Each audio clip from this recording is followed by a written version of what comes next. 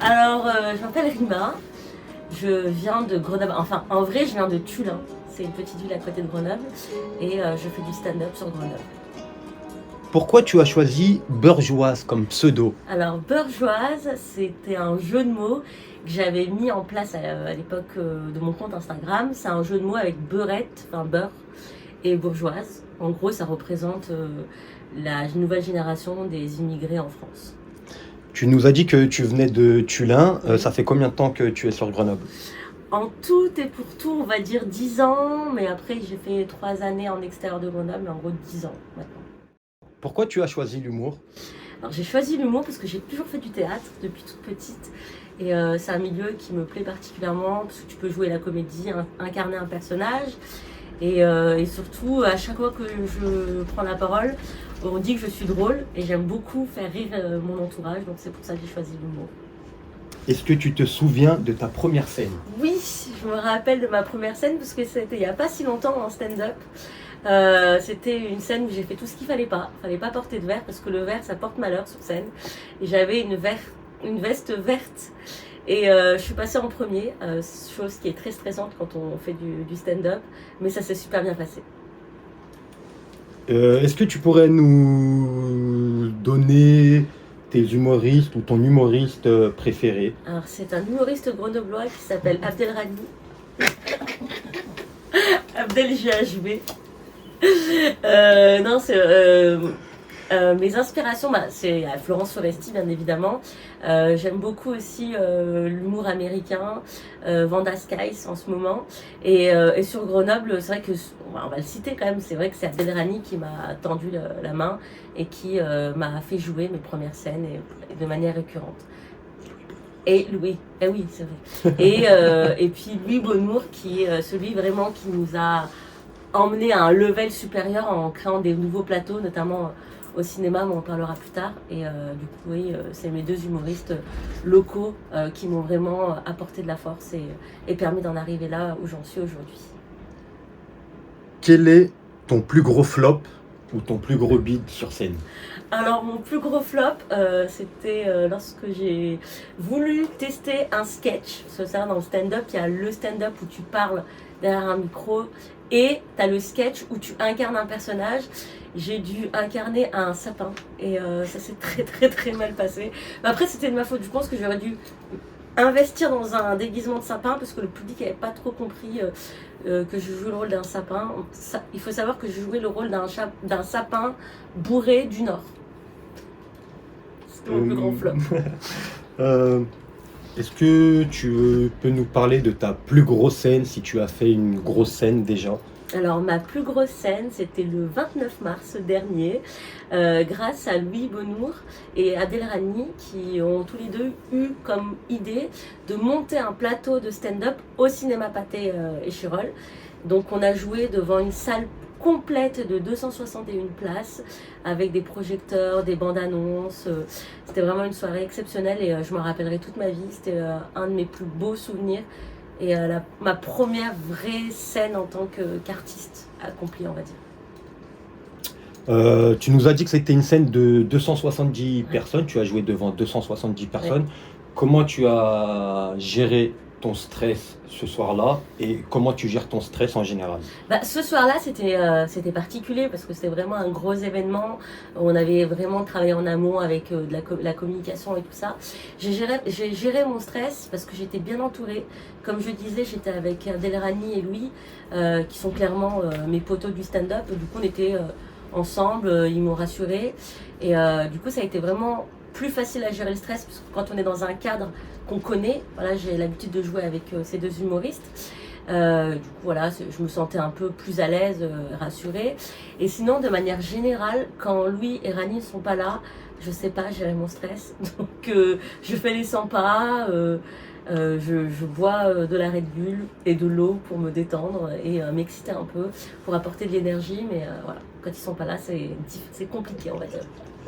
Ah, donc on a bien fait la team. En fait, je vous le dis, j'ai appelé Rani en off, je lui dis viens, comme ça tu vas la déstresser, ça va bien se passer, moi elle aura pas peur. T'inquiète, Et du coup, c'est lui qui pose les questions, vous l'avez compris, c'est pas ma voix les gars. Ça fait 1 an que je joue tout le temps avec lui. Je le vois quasiment toutes les semaines, 3 fois par semaine. Donc ouais, ça me rassure quand il est là en fait. Alors Rima, il y a de plus en plus de stand-up qui se développent en France, ça se démocratise, et de plus en plus de stand-up qui se développent à Grenoble. Et toi aussi, tu as décidé de monter un plateau de stand-up. Voilà. Est-ce que tu peux nous parler de ton événement? Alors c'est l'événement qui s'appelle la Laverie Comedy Club. Le principe consiste à monter un plateau de stand-up dans une laverie. C'est un concept que j'ai vu à travers une série qui s'appelle Drôle, qui est une série disponible sur Netflix sur le milieu du stand-up en France. La Laverie Comedy Club existe à Paris, à Bordeaux il me semble, et à Grenoble. C'est la première fois qu'il y a ce concept-là. J'ai la chance d'être accompagnée par la famille Picato qui détient plusieurs laveries à Grenoble. Donc je les ai contactés et en fait eux, ça leur tenait à cœur de monter des projets culturels dans les laveries. Et du coup, c'est grâce à eux que je peux aujourd'hui monter la Laverie Comedy Club à Grenoble. Je serai accompagnée de mes amis humoristes pour la première, d'Abdelrani et de Louis, qui m'ont toujours soutenue dans mes projets, et avec Yoann Bouvier, qui est aussi un humoriste grenoblois. Tu vas faire cet événement à Saint-Bruno. Oui. Pourquoi Saint-Bruno? Alors c'était un choix de ma part, parce que je trouve que Saint-Bruno c'est vraiment le quartier populaire de Grenoble. Il y a vraiment une grande diversité, il y a le marché la semaine. La laverie Saint-Bruno elle est située en face de la Dragonne. En face il y a un bar, à côté il y a un snack. Et donc je trouvais ça plus vivant de monter ce concept dans cette partie de la ville de Grenoble. Et pour emmener les Grenoblois à Saint-Bruno et montrer une image que j'adore de Saint-Bruno. Est-ce que ça va être un événement récurrent ou ça va être un événement exceptionnel? Alors, j'espère que ce sera un événement récurrent. On lance la première le 27 avril, on vous attend nombreux. Et ensuite, si ça marche bien, on en fera une en mai, une en juin et l'année prochaine, pourquoi pas continuer de manière récurrente tous les mois. Pas trop dur de faire rire le public grenoblois? Alors, moi je trouve que le public grenoblois est très bienveillant. Il est comme moi, il est novice dans le milieu du stand-up, parce que là, nous, c'est un concept qui est assez nouveau. Il y a beaucoup de comédie clubs à Paris, à Lyon. Et donc pour moi, je trouve qu'il est très bienveillant à mon égard. Et surtout, il est solidaire. Voilà. Et c'est vrai que quand il y a des humoristes qui ont l'habitude de faire du stand-up depuis plus longtemps et qui jouent à Lyon où le public est plus habitué au stand-up, ils me disent que le public grenoblois n'a pas forcément les codes. Moi, je ne le vois pas parce que voilà, comme je débute et avec les grenoblois, on débute dans le milieu. Du coup, il n'est pas dur à rigoler, il reste bienveillant, on va dire. Tu joues en dehors de Grenoble? Alors j'ai de la chance de pouvoir jouer à Chambéry, de pouvoir jouer à Lyon quand on m'appelle et à Paris. En fait, je joue quand on m'appelle, quand on me propose des dates, j'y vais. Est-ce que tu peux nous dire comment se passe l'écriture d'un sketch? Alors l'écriture d'un sketch commence par une idée. Voilà, une idée, quelque chose que j'ai en tête et ensuite je l'écris, je travaille dessus, je répète à la maison et généralement mes sketchs partent de mes anecdotes, d'un sentiment ou d'une anecdote qui m'a fait rire et du coup là je travaille d'abord en amont, j'écris, je teste en public, je vois si ça marche pas, je retravaille, je change mes vannes. Ensuite, voilà, c'est l'écriture d'un sketch prend beaucoup de temps. On a vu que tu faisais des chroniques sur News FM Oui. depuis quelques temps déjà. Oui. Est-ce que tu peux nous en parler? Alors, j'ai une chronique tous les mardis à 17h30 sur News FM qui s'appelle Ça rime à quoi?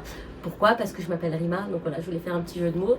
J'ai de la chance d'être dans le 16-19 avec Sana, qui est l'animateur de l'après-midi sur News FM.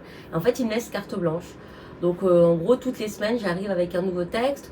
Soit c'est un sketch que je veux tester justement pour mon stand-up, soit c'est sur un fait d'actualité. Donc j'écris, je tourne l'actualité de manière dérisoire pour faire rire. Donc voilà, j'ai carte blanche. Le but est de rire de tout. Est-ce que c'est dur d'être comique, humoriste? Alors c'est dur d'être comique. Parce que voilà, quand on arrive en soirée ou qu'on se présente, on nous dit bah si t'es drôle, vas-y fais-moi une blague quoi. Et, quand tu vois un maçon, tu lui demandes pas de te monter un mur. Mais c'est vrai que c'est dur parce qu'en fait on cherche à faire rire, donc on essaye d'être drôle, donc de trouver c'est tout un schéma dans la tête.